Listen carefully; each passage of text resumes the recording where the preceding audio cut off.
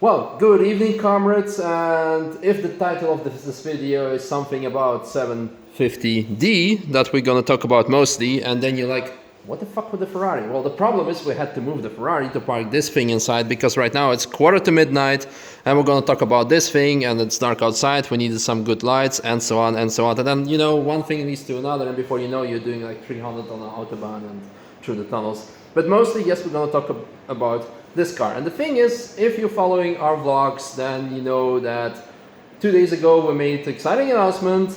We just purchased 750D to have as a kind of VIP shuttle for Apex Nürburg.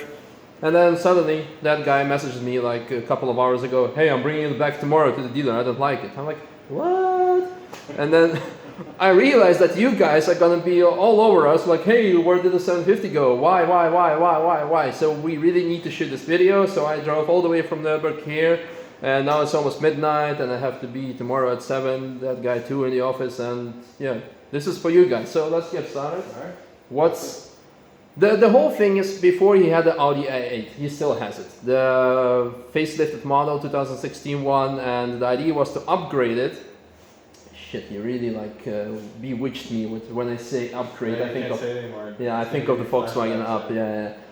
Well, anyway, the idea was to upgrade the car, but for some reason you weren't satisfied enough. No. So what's up? So the plan was that we would take this car, I would get rid of the A8 long and go with this. Yeah. Which, this is a pretty cool car. You can only say so many negative things about it, but it's a good looking car. This has the winter wheels on it, so when you put the summer wheels are more machine finish with black accent. M series wheel, which is a pretty sharp wheel. This has all the trims blacked out, the black exhaust, everything. And the M package. Yeah, the M package, yep.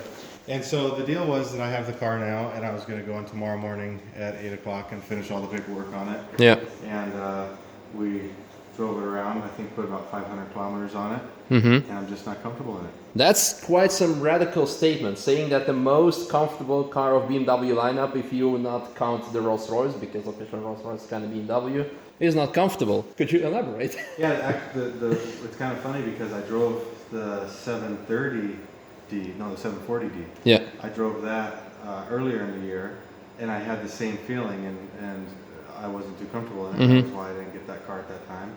And the technology in the A8 drove me so nuts because it's just the old technology. When I get in the car, it takes me 8 minutes for my phone to sync up. It only has 2,000 contacts in it, so right now anybody that's beyond S in my phone, I can't call from the car. So just things like that were driving me nuts, so it made me revisit the 7 Series again. And this one had different seats and a more upgraded package. This car is fully loaded. It's got everything. It's a really nice setup. And so I thought, okay, well, I'm gonna give it another shot. And like I said, just looking at this car, obviously with the summer wheels on it, looks 10 times better. Even just one thing makes a huge difference. And so I thought, I was pretty excited about it and thought, okay, we're going to give this a shot and make this happen. And so went and drove it, and there's just a couple things about the seating position here. Come on, we're going to pop the door open. I think tomorrow we can go look at the A8 as well and just do some comparisons. But when you look at the seats, well, first of all, the interior is absolutely beautiful. You got the all the latest gear with the large screen.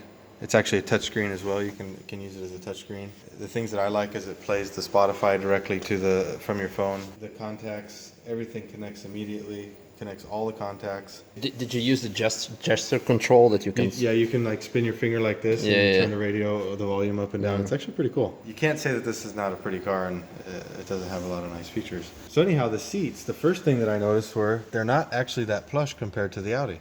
So when you're sitting in them, you find that it's a little bit hard, and something about these luxury cars is that when you sit in the seat, you can adjust it so it has firmness so it supports you, but still the seat is nice and plush like when you sit on a couch. And this car doesn't have that.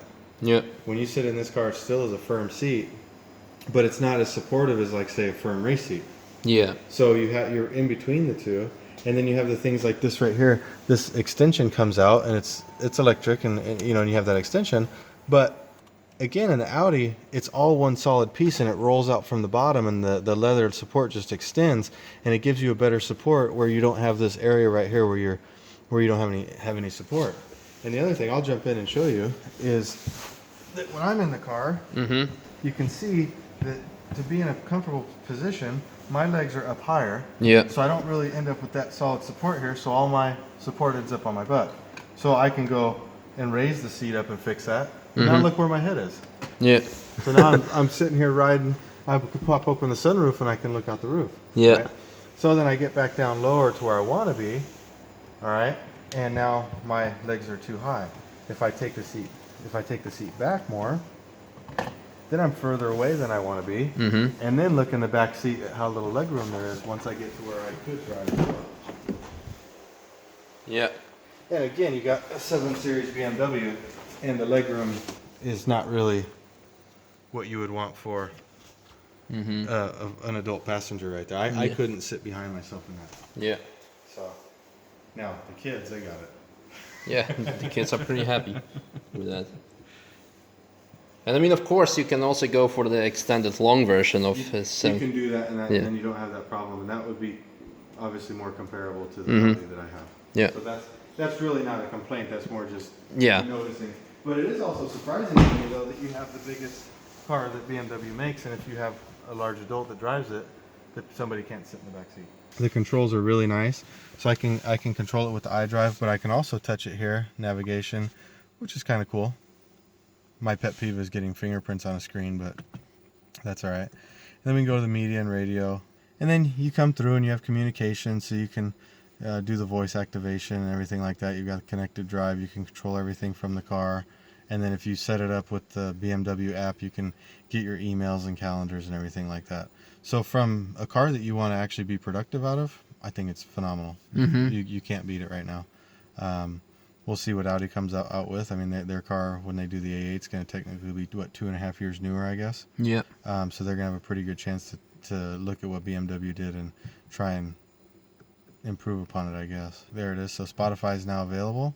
So you can go through, you can check through your library, everything that you've heard recently. You can browse through Spotify and find all the new. You can actually do all the full control of Spotify from the screen here. You don't have to go to your phone to do anything at all. Other than that, I mean, it doesn't do anything that other cars don't. It's just cleaner, smoother, higher resolution screen. It has all the driver's assistance packages. So emergency braking if someone runs out in the road and kicks a ball at you. Driver warning if you switch lanes. The reality is that they're not allowed, in Germany right now, from my understanding, is they're not allowed to actually do automatic driving or autonomous driving. Yeah. But if you just hold your fingers on the steering wheel like this, just so that it senses pressure on there, it'll actually drive and stay in the lanes as you're driving. The minute you take it off, it still does it, and then 30 seconds later, it beeps at you to put your hand back on.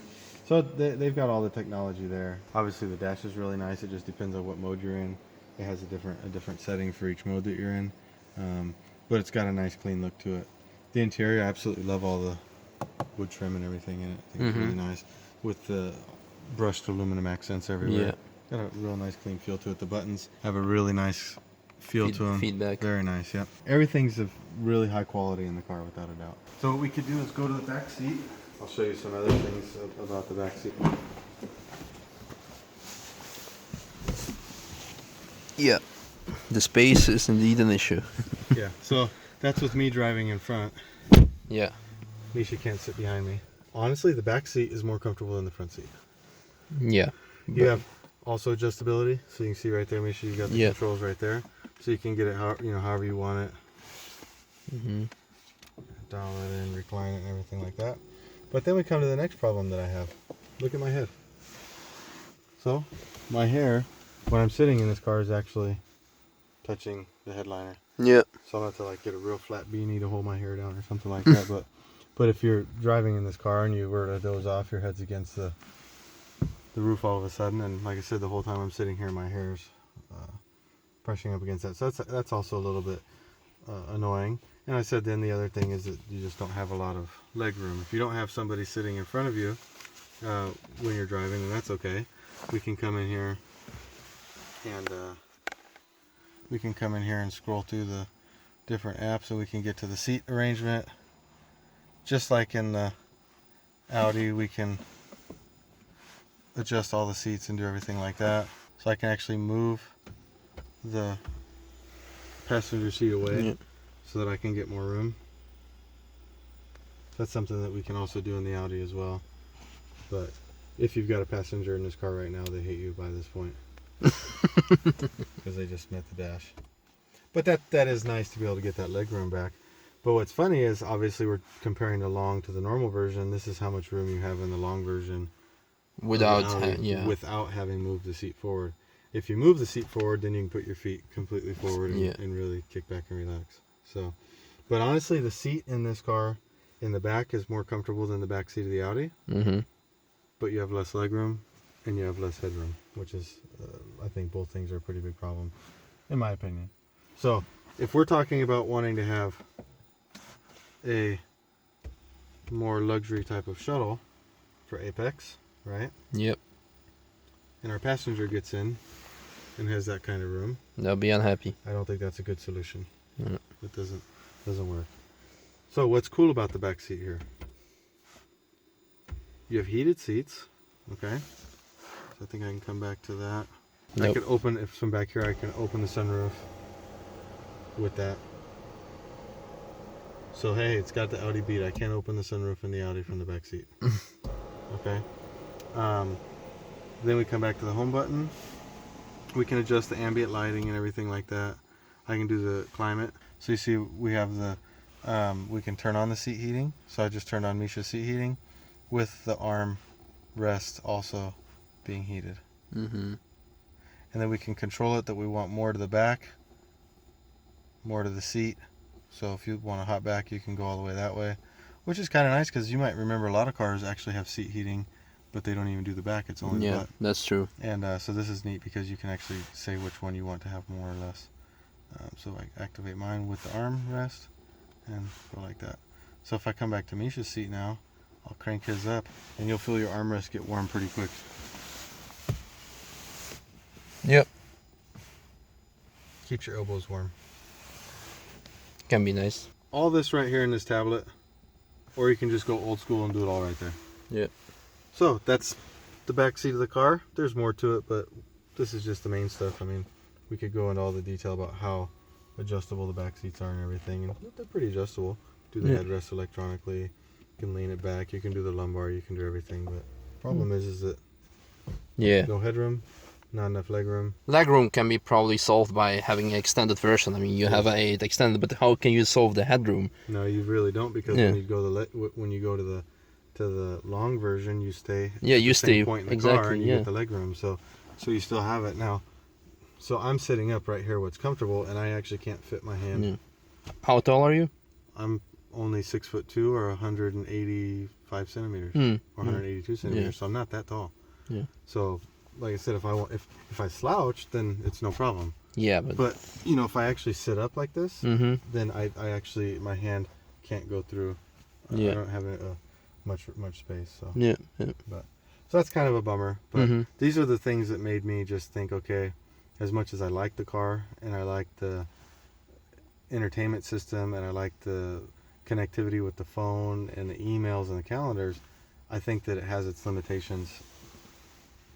On that. That's a beautiful view right there. Yeah, performance-wise, it was also quite good. Yeah, it's not too bad, huh? Yeah, and if you want to go full crazy, you can go for the 760 with a V12.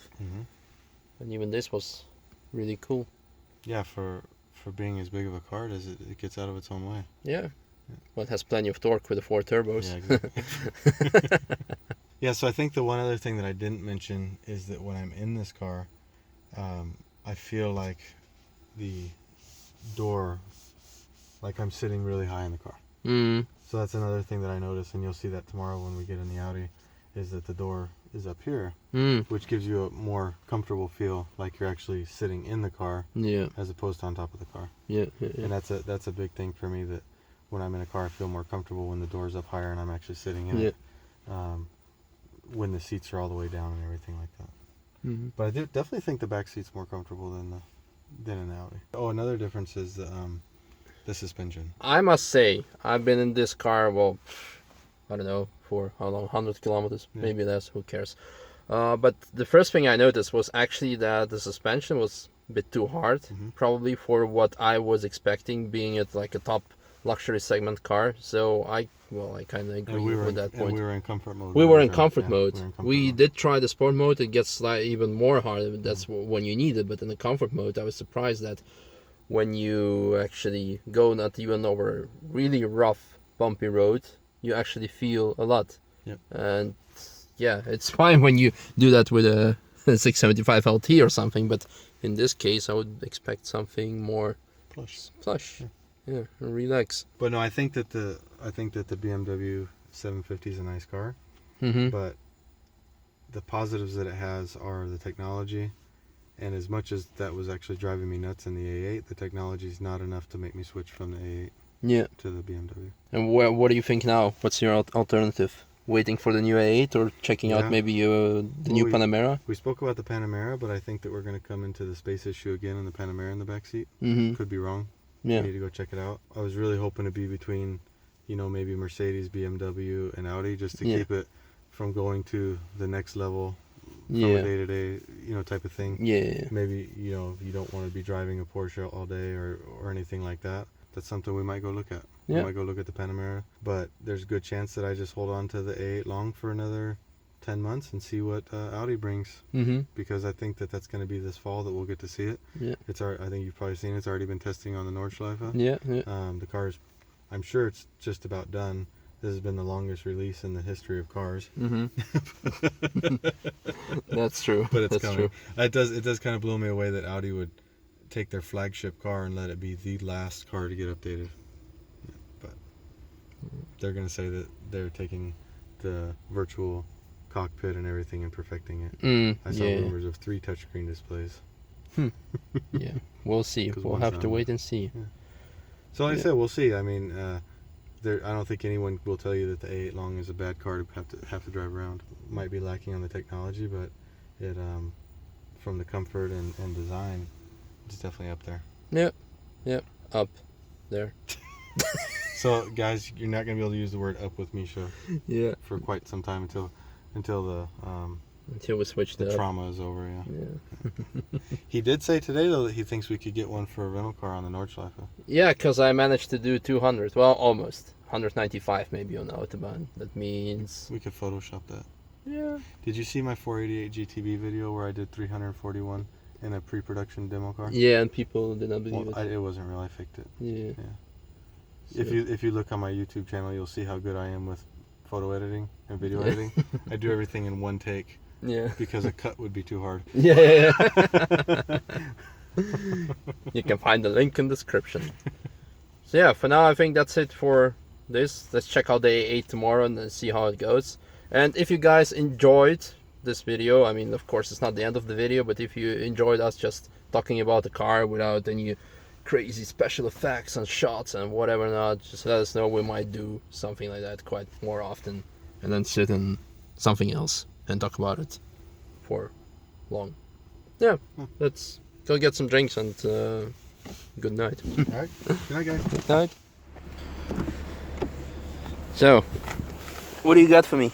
So, now we're going to Italy. Okay. So you have 5 minutes to get your seat adjusted in a way that you want to sit in this car for the next 12 hours. Okay, so... Mind you, that's where you were so that you could sit behind you. Yeah, that's true. So don't kill the guy behind you either. Oh. Now look at where your legs are. Are your legs even touching this pad? Barely? No. That's what I'm talking about. Yeah. So now if you can put your hand underneath your leg and it's not even touching the front of the seat. Yeah. So that brings extra stress to the legs.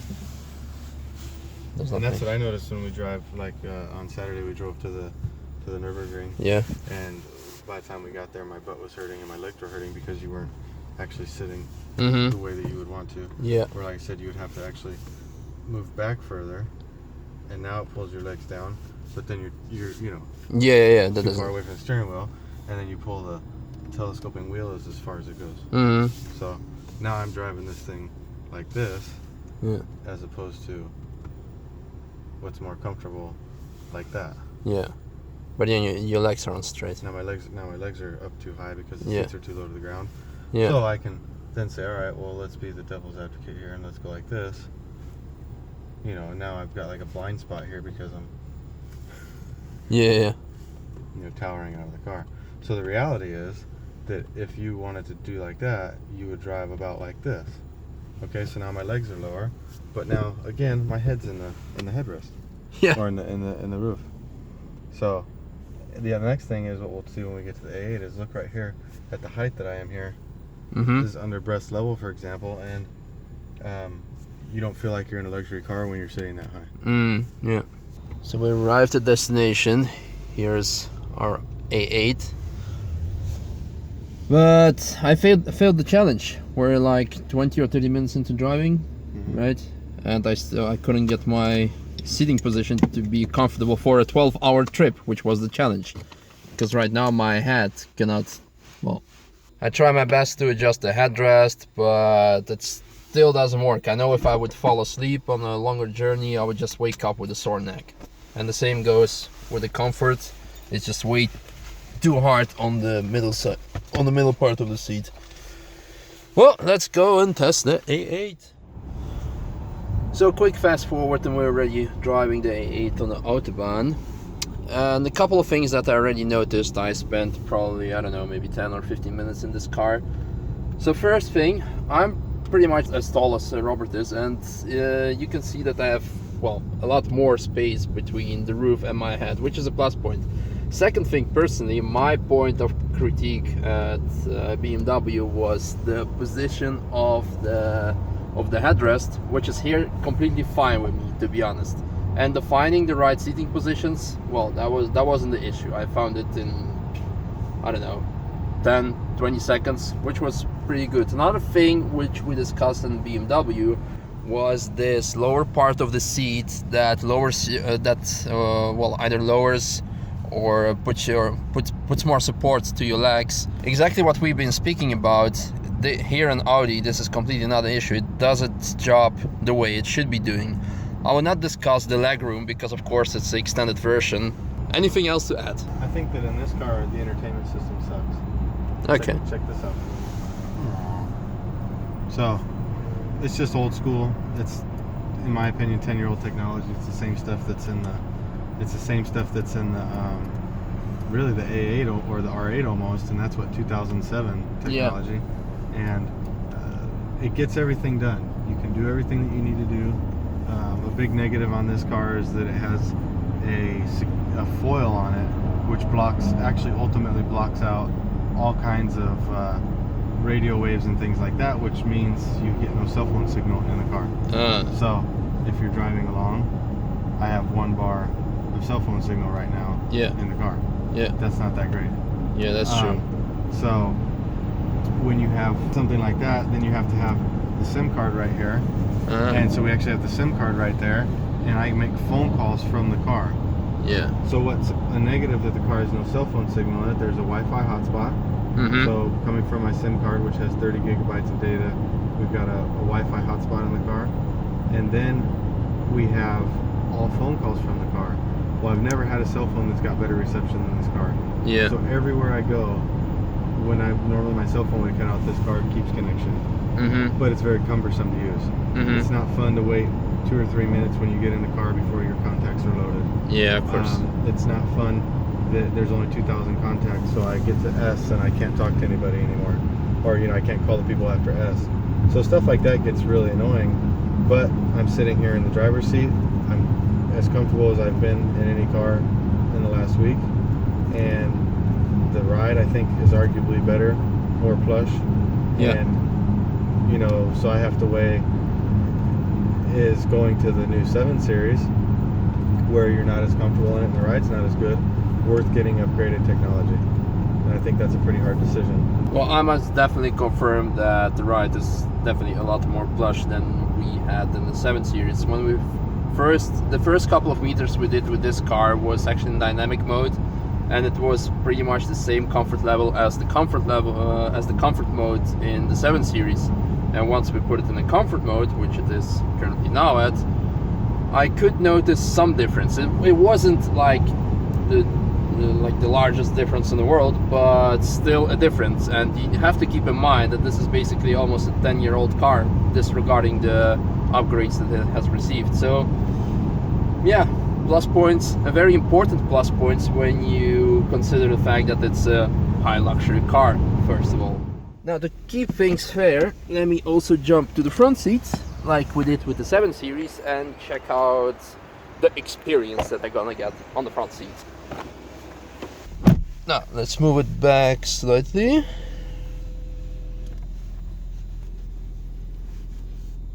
Okay, it has been like what, 5 or 10 seconds, and I already found the perfect seating position for me. And again, the same points of comfort and critique that I had with 7 Series is, most importantly for me, is the headrest, and here it's perfect. And what about the height of the door that you mentioned? So right here, I'm more at chest level than I am at, I mean, if you remember in the BMW we were at about this height. Here we're at about that height.